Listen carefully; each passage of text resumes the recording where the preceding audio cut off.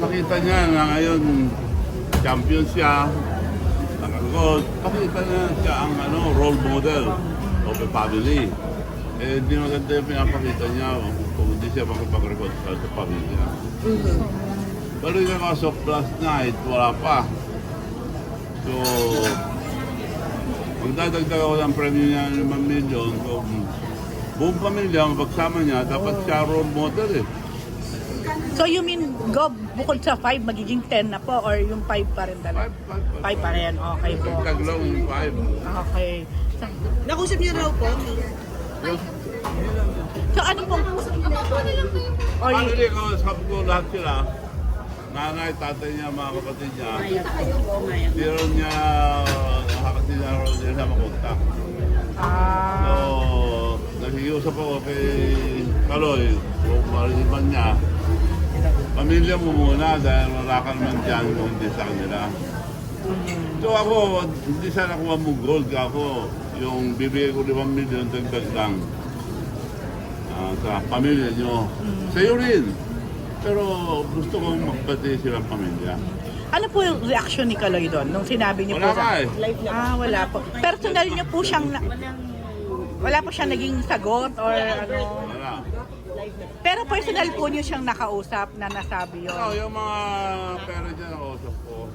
Tawagin mo ako pag-live. Pero sa kanya man yung 5 million, para pakita lang niya na Buo sila na okay na buo sila. sila, Opo. pamilya. Pero yung mami po ba niya okay lang na makipagkita kay Kaloy nung nakausap niyo po? tatay, nanay niya, kapatid niya, okay naman sila lahat.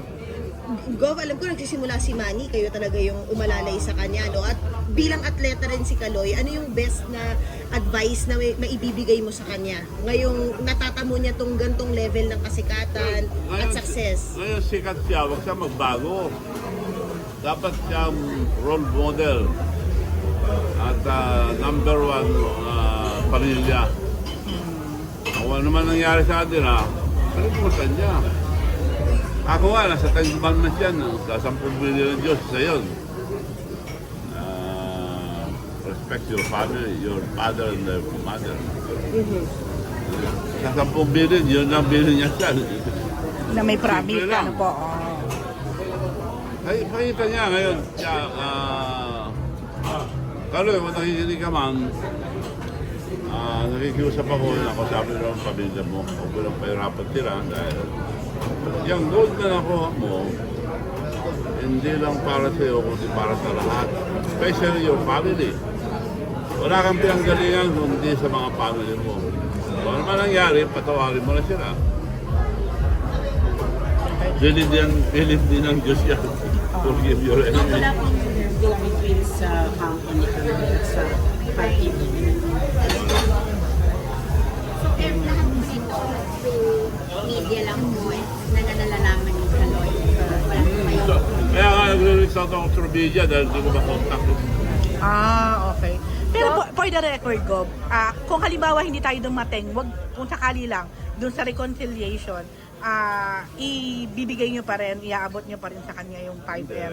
Talagang yun po yung kumbaga parang kasunduan, parang gano'n. Magbati lang sila, okay na, bigay ko sa kanya yung 5 million. Kanya rin.